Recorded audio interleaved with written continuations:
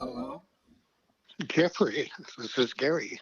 Hi, this is Jeffrey SB Navigators. Welcome to Vibe Osmosis. How are you today? I'm doing fine. It's a wonderful day. Good. Where are you located? Right now I'm in Dayton, Ohio. Have you ever been? No, okay, cool. Cool. Not Good. far from not far from Endicott. Yeah, it's true. I just wondered, do you have a favorite color? Um, I don't think I really have a favorite color. I, I like all the colors. I have no preference. Do you follow astrology? Do you have an astrological sign? Yeah, perhaps when my mother died when I was 19, I kind of looked into a few things, but um, I kind of maybe a curiosity if I see something in the paper or something on the news, I'll look up, maybe, if they're showing the horoscope or something, just, randomly. I don't really take it all that, you know, perhaps like I say, back when I was 19. Can you hear me pretty good? Or, Yeah, yeah, thank you.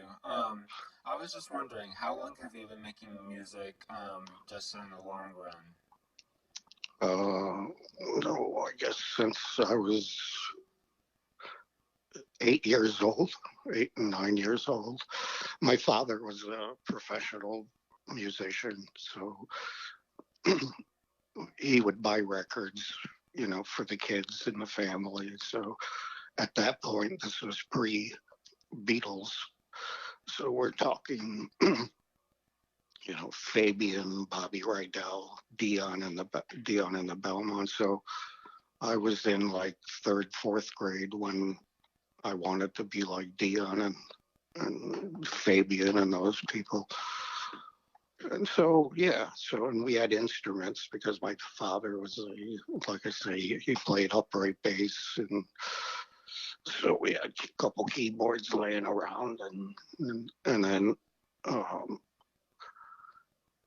back in those days, you know, all the Wilson family all had to Yeah. take, the kids had to take music in school. So, starting in grammar school, I started having to play cello and bass, string bass, and because my dad was a string bass player. Plus, like I said, we had to take it in school. So, that's what I did throughout my school years was playing in the school orchestra, so to speak. But anyway, yeah, since fourth grade, since I was 8, uh, and then the Beatles came around, and then that was another time. 1964 is when but anyway, yeah. So it's been a long time. Did you have a favorite movie of yours? Oh, gosh, I always kind of credit Carnival of Souls, the 1960s version. And I saw that when it was released on the big screen. So I had in our little town we had a theater, and I had a chance to see a lot of horror movies and other movies. Starting when I was probably 5 years old or something. So, but I got to see them all on the big screen. The Hammer films, and when they were released. But anyway, yeah, so I don't know. I always say Carnival of Souls, but I'd have to ponder that a little bit. Did you have a favorite project of yours? You know, I don't know. I guess my whole life's been a project. Yeah. I started so young that it all developed where I turned into Gary Wilson, so to speak. And it took a while. And basically, when I hit, you think you really know me, I guess, is when I think I found myself in music. but it took a long time to reach that point. Actually, I had released two records previous in 1974 and 1975 that I was still searching to who is Gary Wilson. And then when I finally hit You Think You Really Know Me, and that was recorded, really 76 and maybe even the end of 75. And that's a whole story in itself. but anyway, so, through the years, you just, you try to find yourself, and, it takes a while. Like I say, we all start, kind of, being inspired by something or somebody. But then you want to try to find your own voice. And then it's bliss once you hit it, because then you can finally say, I'm happy to be who I am as far as being represented in music and the arts. It takes a while, whatever, my stride hit, I guess, when, I self-released the album when I was 24, I guess 24 years old. And I had to do everything, I put up my own money. And back then, printing the covers, you had to go through a process of scratching on the lettering on a photo. And, it was a longer process. And then being from a small town, upstate New York town, things like shipping and, you know, printing, all that stuff was kind of, and then, on top of it being in the snow. So now you're dealing with a freight company trying to deliver boxes of albums, and, and they're having a hard time making it up the hill or something. But anyway, yeah. So it takes a long time, and like I say, when I think about it, and I guess I was in sixth grade, I think, in 1964 when the Beatles came out with A Hard Day's Night, the movie, and and I went to go see. Yeah, that was a good movie. I went to go see that when I was, I think, in sixth grade, I believe. So it was probably 11, and it was great to see that on the big screen because I'm coming from Bobby Rydell and Dion, and all of a sudden you had this on the big screen, black and white film of this British group running amok. But very excited. We're getting right to the peak of Beatlemania. So now I'm going from sixth grade into seventh grade, and it's 1965, and I went to go see the Beatles at Shea Stadium, and that was at the height of Beatlemania. I mean, that was like 55,000 people screaming at full volume, and it was almost deafening. Really, that was a large crowd. But anyways, it was very memorable. And then, then everybody wanted to be in a band. So now, I always say they talk about garage bands. Back then, as you had every, kids on the, my first band was professional band. I got paid was 1967 with a band called Lord Fuzz, and we were like 13 years old, I believe, but we were good. It was like a kind of a group of Italian kids within a 3-block radius. The chemistry fit, and that's very important. If you can get the if you could get the chemistry. I mean, I've been in so many different sort of bands from top 40 jazz, pop, and traditional music, and it's very important. Sometimes you can fake it. I've been in bands that if you've got good equipment, they'll take that over sometimes somebody with bad equipment. And I'm talking about a hotel band that plays after the Holiday Inn or something. But anyway, and that's another story. See, because my father was a professional, he had a good gig. I always tell people, I'm a wimp compared to my father. He he he not only worked in IBM not only 5 days a week, he would go in on Saturdays. So he would work 6 days a week, and then he had a good gig. He had like a 25-year gig at a hotel, playing with the house band, upright bass, and and and 4 nights a week, 9 to 1. So now my father's working 6 days a week at IBM, 4 nights, and but he never complained. I tell people that, I said, maybe a product of the depression. You took it when you can get it, so to speak. That's definitely something I feel like a lot of artists look forward to, even to today, as finding their opportunity to, I guess, continually play and progress and get better. Um, Yeah, well, I was wondering about you, if you had a favorite instrument, because in your albums you have a lot of different instrumentations and progressions. Did you have one that resonates with you? well, I, as I mentioned, my main instrument, or what I was trained through school, was string bass and cello. So that was my main instrument, and then basically picked up the keyboards, picked up the guitar, picked up the drums, was able to assort all those instruments in my basement, and then had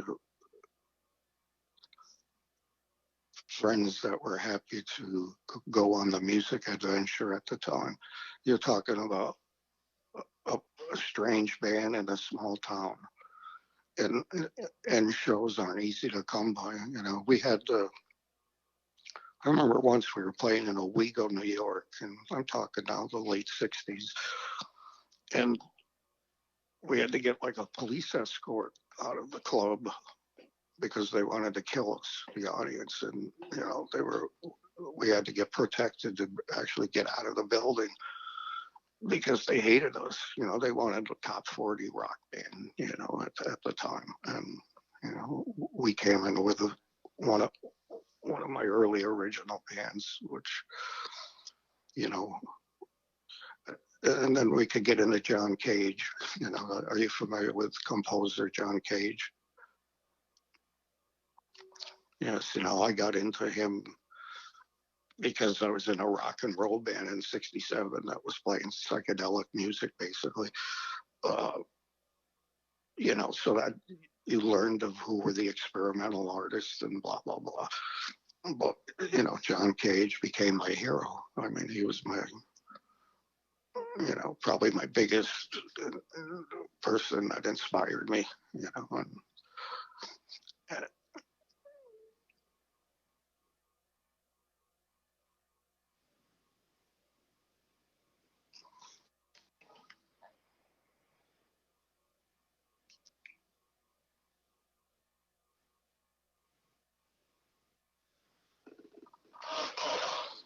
Of your music, and specifically for me, whenever I first heard of it, I was pretty young, and I was just like, kind of mesmerized by the effective versatility and the beats with the vocals, the storytelling, and the themes.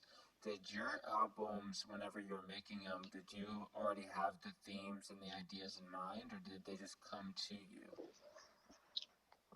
well, because I had my own, so to speak, studio in my basement.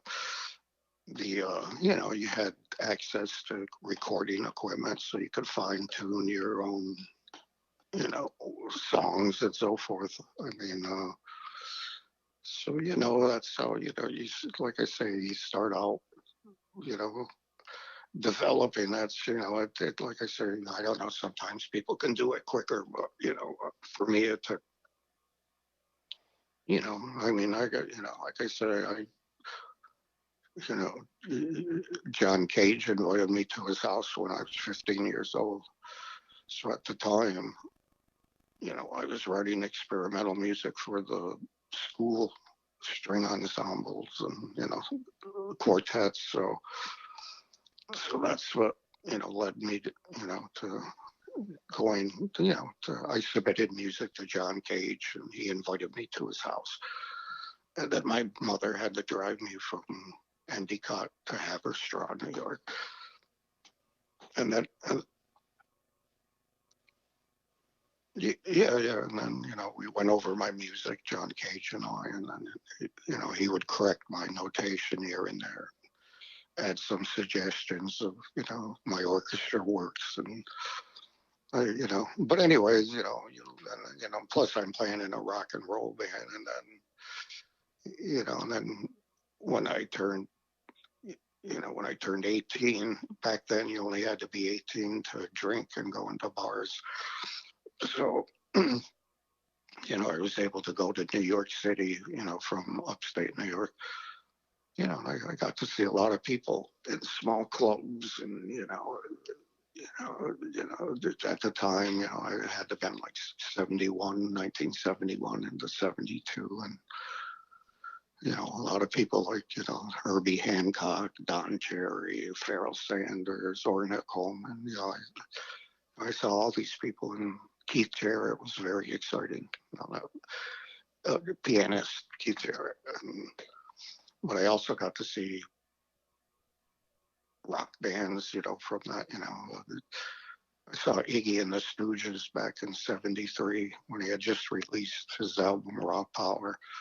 And I caught him at a small club called Max's Kansas City in New York City. And New York Dolls, I got to see all these people while I'm still a teenager, basically. And then, like I said, then the avant-garde jazz people, the fusion jazz, that was real big in the 70s. And plus, I had to get into a normal band following in my father's, so to speak, footsteps. So, his advice to me is never tell your employer you're in a band. But anyway, so I ended up getting in one of the, the most working, best. It was a jazz pop band.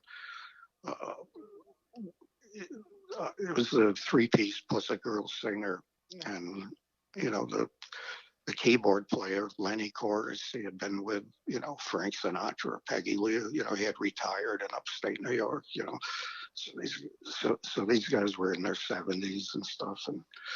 But anyways, the real thing, keyboard, I mean, this guy was, like I say, I learned so much from Lenny. I always tell people, we're playing the Holiday Inn or the Ramada Inn, we're playing nice hotels, and, not original bands, but, good jazz pop bands, at the time. And our drummer was the vice president of the Musicians Union.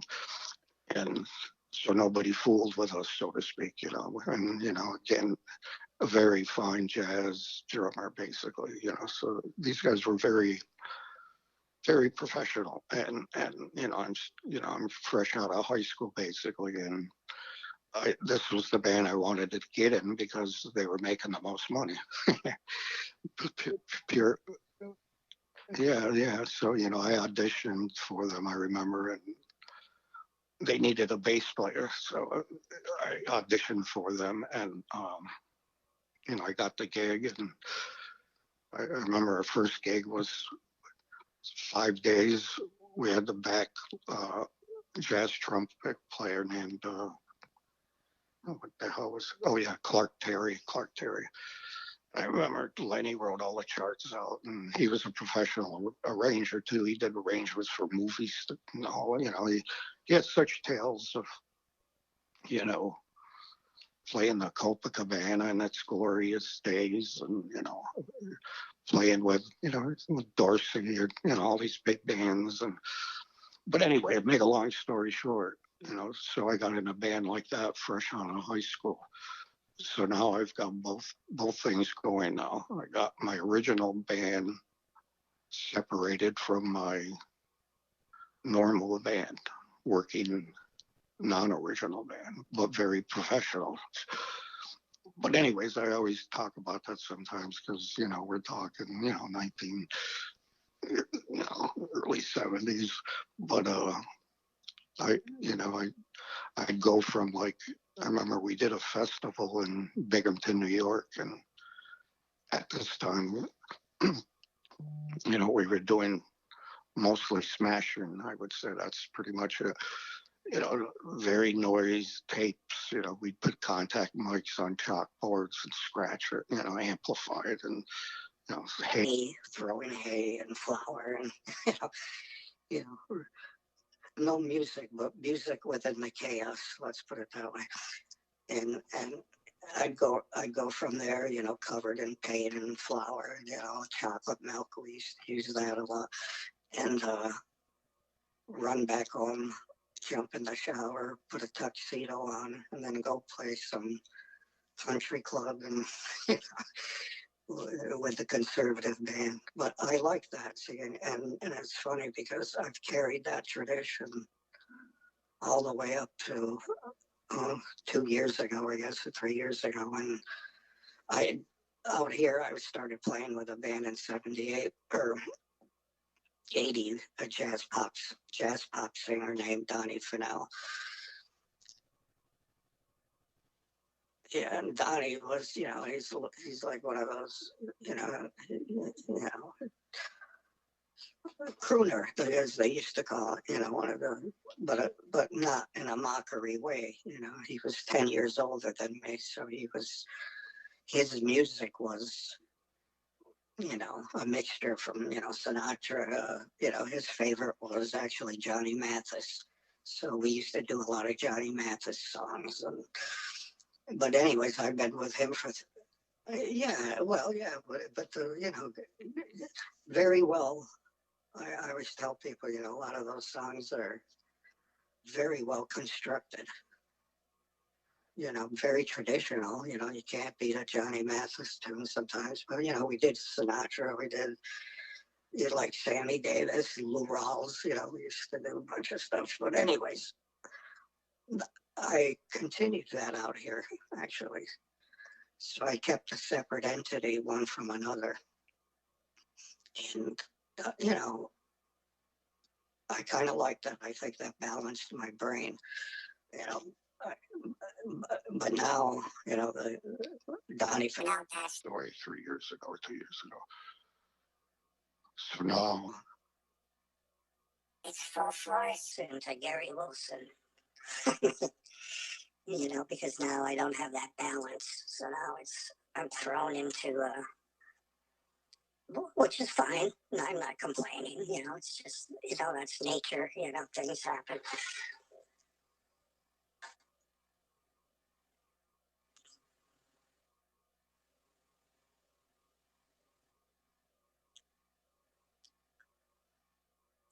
Oh yeah, oh yeah, I enjoyed it. Dressing up and you go to these places and the audience, and all the crowd usually, and they know nothing about Gary Wilson, and I kind of like that. I could keep that portable. I did, and with Donnie for the last 30 years or whatever, I was playing keyboards behind Donnie. So, and I always say a lot of that keyboard work I do, I attribute a lot of that to, Lenny Chorus from my band that I got out of high school, retired real thing. Let's put it that way. So I enjoy that. But I guess bass is my main one. But I play, what's needed. That's what I'm saying. I even in San Diego, I played with different, you know, top 40 bands playing everything from keyboards to bass. So I don't know if that answers. One of my main questions I've really been pondering for a long time. The inspirations behind some of the artwork for your albums. growing up, they've been like a central thing. Definitely, and then like a needed thing to have whenever you're listening to music. For somebody that's also like a vinyl goer like myself, it's like uh, an important thing to kind of get your hands on something physical and see what the artist is giving. I wondered like what inspired some of that came up to us. Well, like I said, there was that period where, I actually, I was interested in the avant-garde and the arts, either painting, music, and so forth. And there was a period where I went as a, probably junior high, I guess, mainly into high school, but I was doing painting. And I was very inspired by painters like, Robert Rauschenberg and Anna Pollock and, the more modern painters. And, and so now, perhaps. And like I say, and that was part of Gary Wilson, because I'm saying now we're talking, 67, 68, 69, 70 into my high school days, and finding out, I always talk about, I was in a huge, I would get into these art shows, and my art was, like I said, I had a heavy influence by Robert Rauschenberg, but I would get these shoots of like 5 foot by 5 foot plywood or something, and nail tires and chairs and hay and couch cushions and everything, and make these like, plus paint and flour, and then they'd be turned into these kind of 3D paintings in a sense.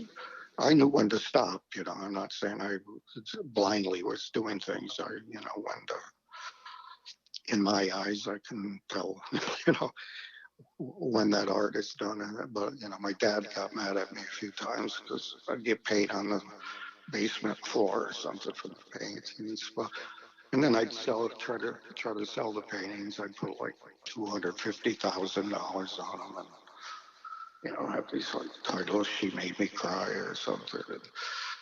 And like I said, I remember getting into this real large art exhibit that was in a stadium or arena, and it was like all the New York State artists convened on into Binghamton, New York, right? And Binghamton's not far from Endicott. So anyway, make a long story short, a lot of fine artists, a lot of fine artists. But I had my big 5 foot by 5 foot, like I say, I used to be able to get into these art shows. I'm not sure. I actually, in a smaller town, banks used to have exhibits in the lobby. And I used to get into some of the local banks, and, some of them will look at my paintings and go, and I'd say, well, the bank down the street, they let me exhibit for the last month. And they go, oh, okay. But anyway, so how do we develop into using, turning myself into painting a Robert Rauschenberg painting, so to speak. Now we got to find where the music comes from, right? So, like I say, sometimes I would go to, modern music shows and, orchestra stuff, and some of it would leave me a little, what would I say? Like I felt a lack of personality now. It, and I felt like we needed Dion and Fabian and Bobby Rydell in front of a John Cage show. So now you got a teen idol, and now you got, and then total chaos in the back or whatever in the background. Wouldn't that be a great thing? I always say, what would we want to see? What the hell's his name? Oh well, forget his name. But anyways, so but still, like I say, since I was so, so now I'm playing professionally anyway now with different people, and it developed.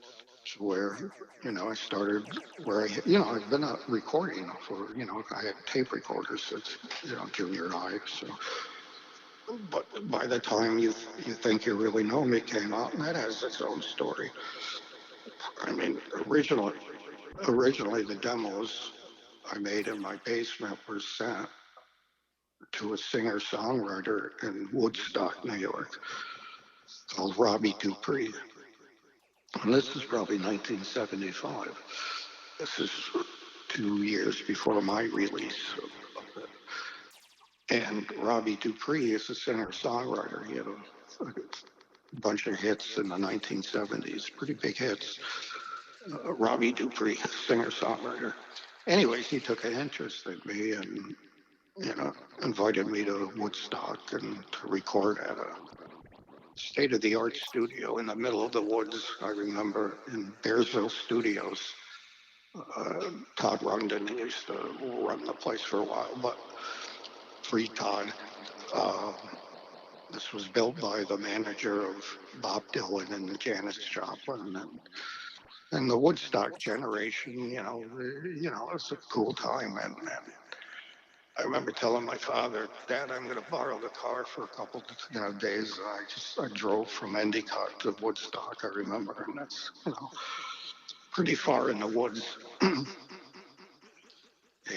But it was glorious, really. I remember getting there and, they had like a miniature baseball field or something close by, and it's like John Sebastian and, people like the band, Bob Dylan, a lot of people were living in Woodstock and stuff. So anyway, so Robbie Dupree wanted to produce You Think You Really Know Me in the state-of-the-art studio in Woodstock, Bearsville Studios. It's called Bearsville Studios. And we recorded four tracks, 6.4, Chromium Bitch, I Want to Lose Control, and Groovy Girls. And we had the drummer from a band called Orleans, Still the One, da da da da. They had a big hit in the 70s. So he's playing drums. These guys were living in Woodstock, and some vibe player, real good vibe player. And I always tell people they got the best sound. And I've been in a few studios, so I usually use my own, but the sound they created at that studio, I mean, the richness, I remember, the thickness of the drum, I remember, and then they had like $100,000 grand piano that you just wanted to sit down and play. Believe me.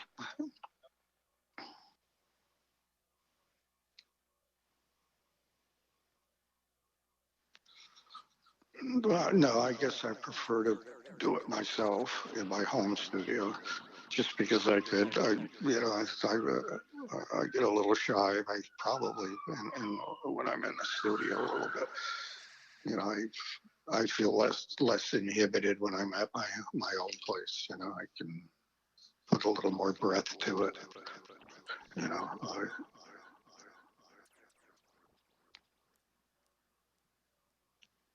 The piano, where at the studio. Yeah, you said that you were about to mention something about the piano or the sound there.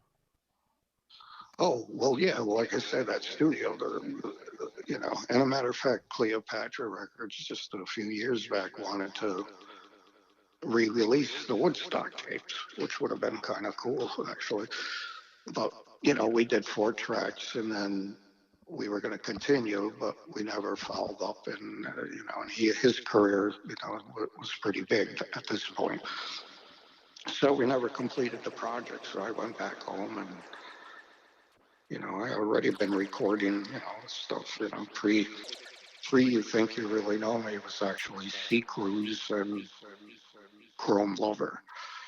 Those were actually the turning points before. I don't know if you're familiar with those 2 tracks. They're on Forgotten Lovers. But those were the 2 right before You Think You Really Know Me, actually, that were recorded right before You Think You Really Know Me. So you can see kind of the transitions. As a matter of fact, Sea Cruise, or I Want to Take You on a Sea Cruise, and Chrome Lover were the demos that I sent to Robbie Dupree in Woodstock. And then he invited me, and Robbie Dupree's kind of a traditional singer-songwriter, in a sense. But yeah, so that's cool, yeah. I definitely didn't know that some of the songs in the record were recorded at different places, and I guess that makes sense for me now, after kind of reflecting and hearing, I feel like the different sounds that you're able to bring to the Well, tracks.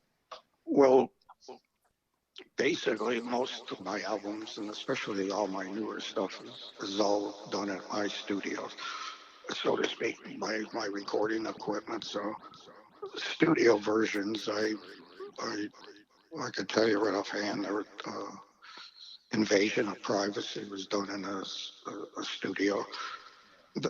That that EP, so to speak, and then the Gary Wilson and the Blind Date single that was recorded in '78 was recorded in an 8-track studio, and those were basically the only two studios I ever used in my long recording process. But but it depends what equipment. I always tell people try to get the best of what you got. Your recording equipment. I mean, where I recorded, you think you really know me, and Chrome Loader, that stuff was. Oh, excuse me. I have to make a thing. My first album, Another Galaxy, was recorded in a studio. And then the single, uh, Soul Travel, Dreams, was recorded in a studio in Ithaca, New York.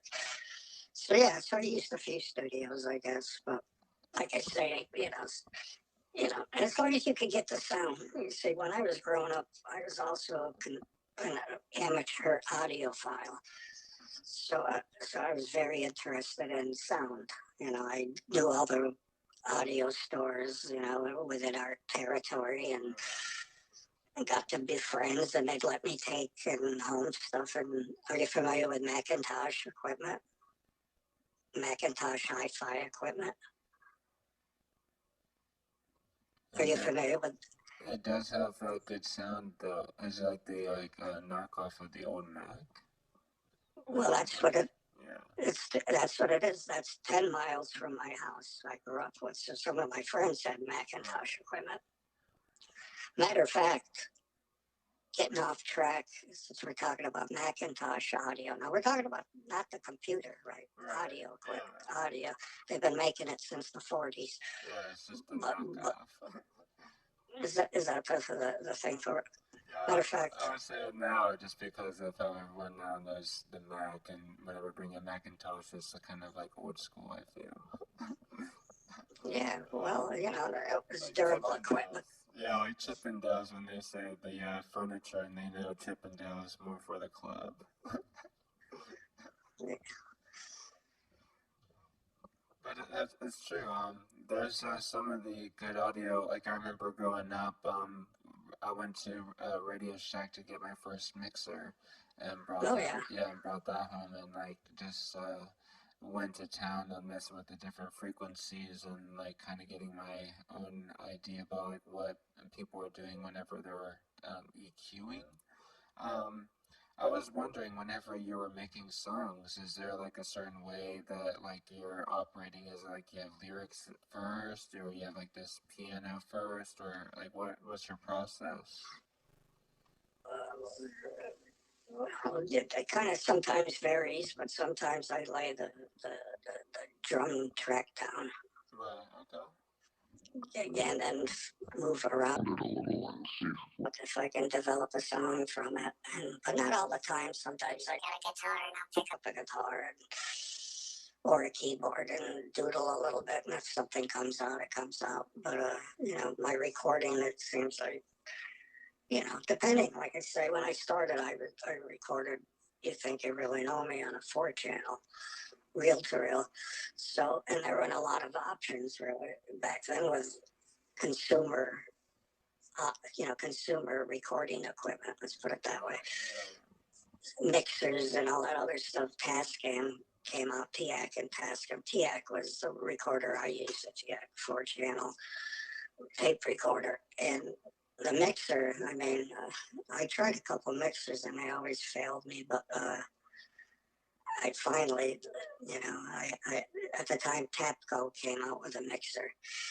Tapco was actually Mackie stuff in today's times, but it was called Tapco, his first company or whatever. Well, now I know. I will definitely look into it. I did not know that. I'm sure they still have some of this gear out today.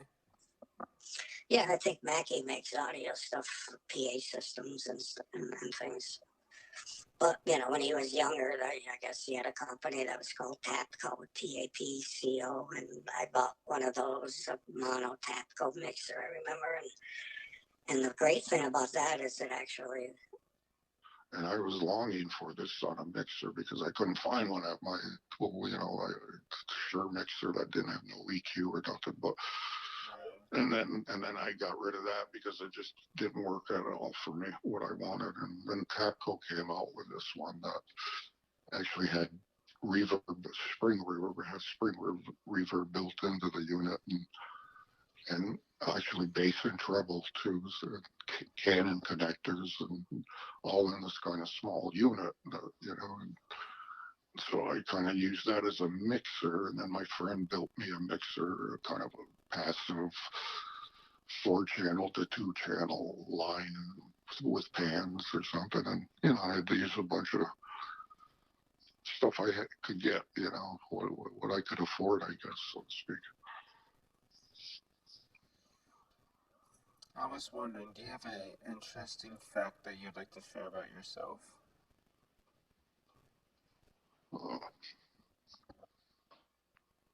Let me think.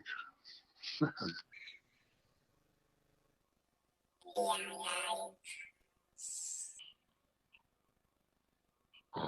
guess my name's Gary Wilson, and I'm Gary Wilson.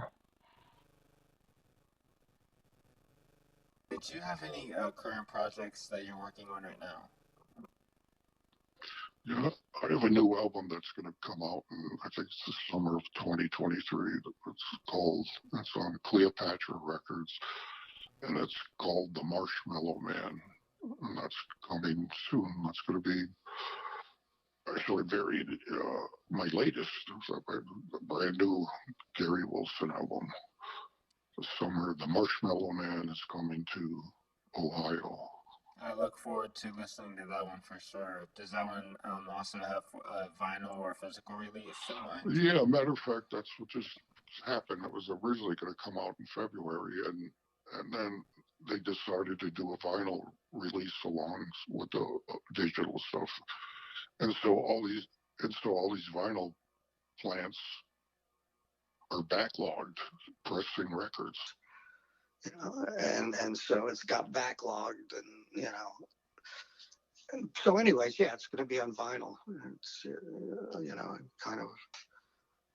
I'm kind of excited about it. I guess my last album, I guess, was 2020. That was Tormented, right? That was my last album. Yeah, that one really helped me out. I'm not gonna lie. Really thank you for your music, and thank you for putting it out.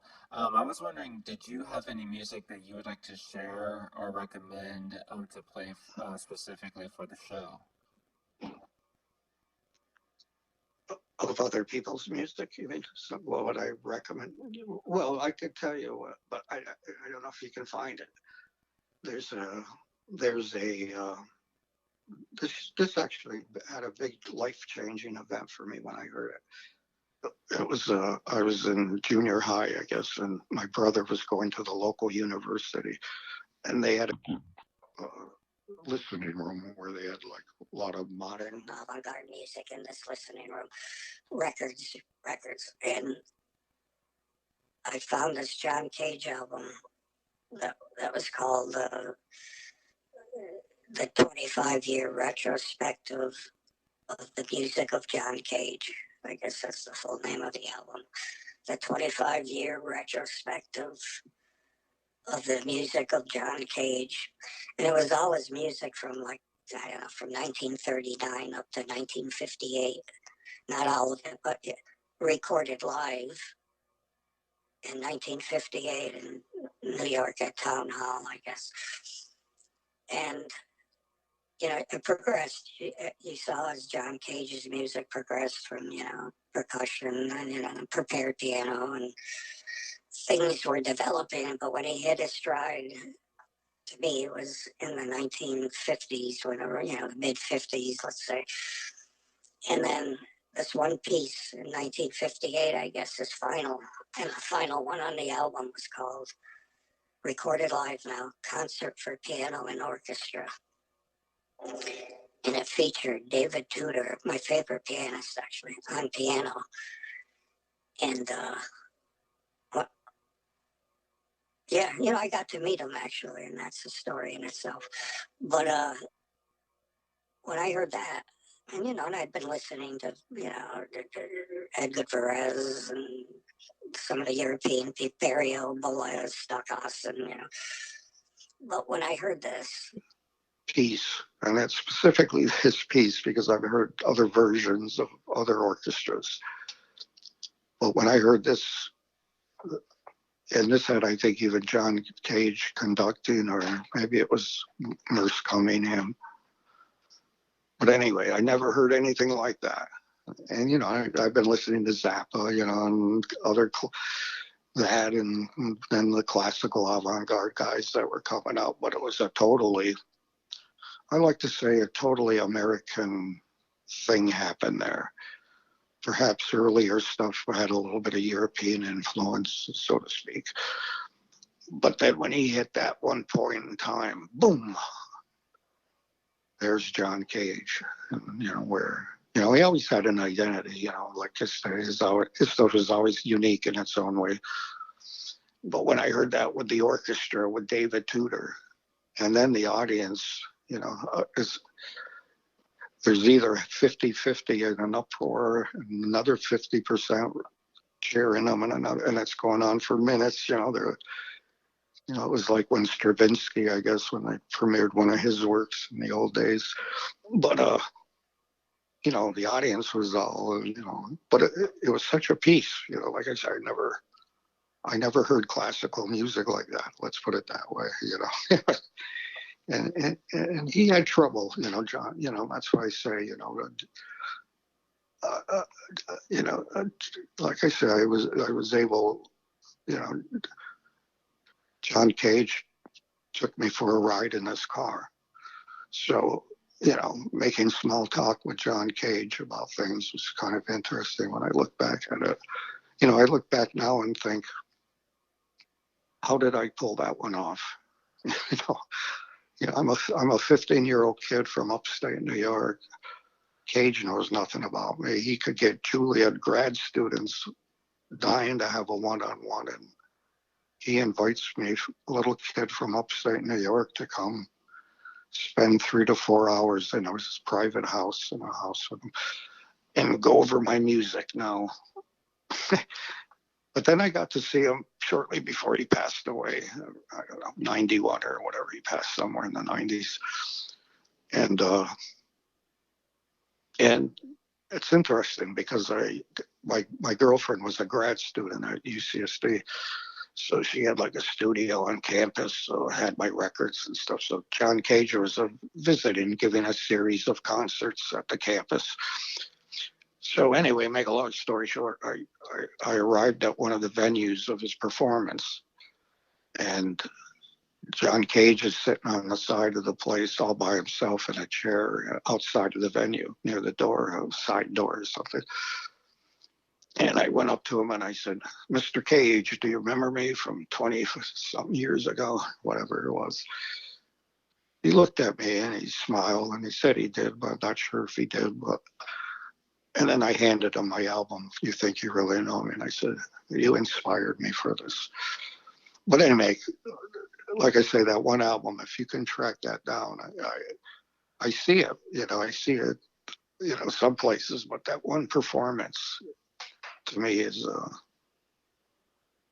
highlight. I don't know. Then there's other stories I could go on and on. I don't, do you like Captain Beefheart? Definitely.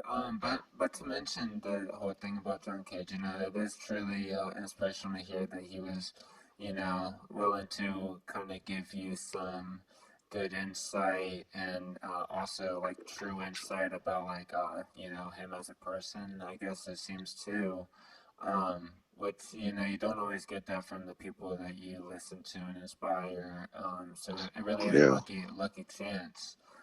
Yeah, like making small talk with John Cage as we drive to his house. Yeah. I'm like 15 years old, and he was older, a little older at this time now. And you know what he told me, actually, strangely enough? He said, Gary, I never made enough money off music till I was 50 years old.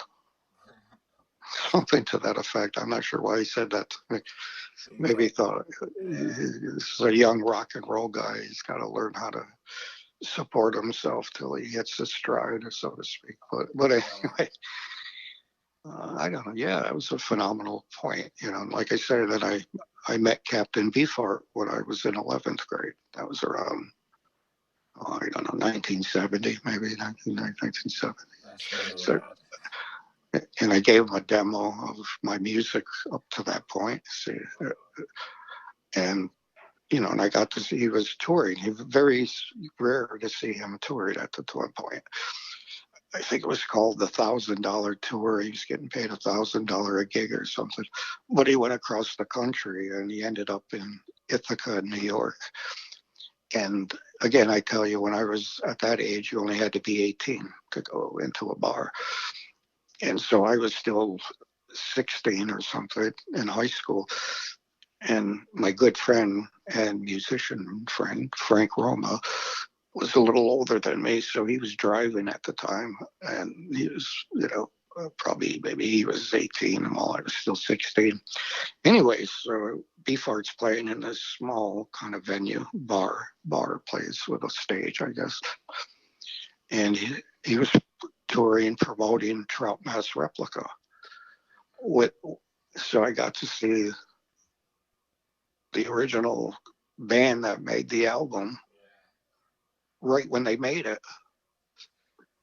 And that was great, actually. I It's remember like that. your breath and energy is there. I'll mention like I do have a favorite John Cage track. It was that water walk track. Did you have another track that you'd like to shout out just in case? How about Run Around Sue by Dion? Oh yeah, okay. I Or always liked that one. How about Patty Waters? Cloudy Black is Waters. Yeah. black is the color of my true love's hair. Okay. I always liked that when I was a young guy listening to my records. And let's see, I could go on. Let's see who else. My favorite. I don't know. I don't know. I had a lot of fusion records. I liked Herbie Hancock with Headhunters. I got to see them with the Headhunters band, and they were very good, very good. I remember Chick Corea. I saw him with his Return to Forever. And I saw a lot of these people in small venues. I remember going to see Don Cherry in New York City. It's probably 1971, 72.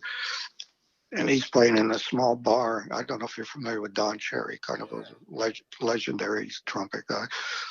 And he's playing in a small bar down on the Bowery, I remember. And I made it a point to go to New York, I guess, to see him actually. And there's like 7 people there at the bar, and I'm thinking, geez, he's got like Billy Higgins, all these guys.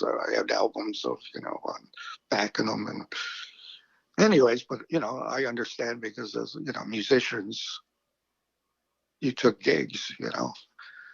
These guys not only made records, they had to make a living. So, you played at places, that would hire you. It's like the bands that play, I can actually see both sides now, like I said, being able to, I played in non-original bands and then original bands and done them both simultaneously. So I can see both points, some original bands go, yeah, you're selling out, you bastards, yelling at the Holiday Inn bands, But they're just trying to make a living. Most of the guys, that I played with over the years. My younger self, I'd say like my 15, 16-year-old self, thought that was kind of a way of selling out. But yeah, I feel like there was a point for me where I seen like, oh, even if you got to play every night, like on on a cruise ship, or like if you got to like get yourself to play anywhere, honestly, then Oh yeah, you're doing it. Um, Uh, Even the same that's thing good. with That's like good. DJs, it's like a lot of people hate on DJs, but the DJs are getting paid to play, everywhere. Oh yeah, they're getting paid more than sometimes the club bands now. Like I said, I got, I. Matter of fact, you're familiar with Peanut Butter Wolf? The peanut. Yeah, yeah. I was just with Peanut Butter Wolf last week. Actually, we I did a show in Los Angeles last week. That's right. That's right. I did see some of that promo. I was wondering, what is the inspiration behind mannequins and giving messages on them? Where did that come from? Uh, Perhaps the Twilight Zone show with the mannequins. I don't know if you remember the Twilight Zone, the old TV show. It's funny. I don't know. I'm just thinking different things that I always thought were kind of eerie in their own way. But again, now a mannequin in a Robert Rauschenberg painting. There we go. But yeah, I don't know. It's just something for when I'm on stage, I have to have things to do. So it's like, what can I do? Okay, I got to make. It's things I have to. I don't. I've been using them so long. I don't know. Sometimes I've used them, and sometimes I get a blow up doll. I remember when those were easier to transport. And I was at an airport and they pulled one of my dolls out one time. I was going to go do a show in New York, and they went through my suitcase. I remember, but I always when I travel, I try to put like a Gary Wilson record or a photo somehow that because That's a good idea. I had one thing that really confused the TSA. I remember this was maybe 10 years ago or 15. I was at an airport and they're going through my luggage for some bizarre reason. And sometimes I used to like to go on stage with just one shoe. So I only had one shoe in my luggage beyond the two that were on my feet. And that confused them so much. I remember why one shoe, they kept saying. And I says, well, that's sometimes I go on stage like that, and they'd go back with it, and couldn't figure it out, and finally they let me through. But anyways, Did you have any shows planned for this next record, the Marshmallow Man? Oh Episode? yeah, Yeah. I yeah, I believe I sure probably will be doing some shows. I know I got a couple of shows coming up in Los Angeles next or in February. I got a gig in LA, and then March another gig somewhere in LA, and then hopefully we'll promote the album sometime in the summer. I'm not, but yeah, hopefully I'll get to. I'm trying to see if I played Ohio. Maybe what was not. I don't know if it was Cleveland or Cincinnati. Uh, what was it? Just in 2019, right? I think you're right on that Uh, one. That was uh, whenever I was actually West Coast at that point, and I was like, oh, oh, were you? yeah. That was I plan on coming out to one of your shows for this following episode, 2023. I'll be on the lookout. okay. Sounds good there, Jeffrey. Um, did you want to share any memories or advice before we end up the show? Uh, well, I guess I sometimes feel sorry for the animals and the fish. That, I can't figure out people who, and I don't know, maybe you like to hunt and fish. Do you like to hunt and fish?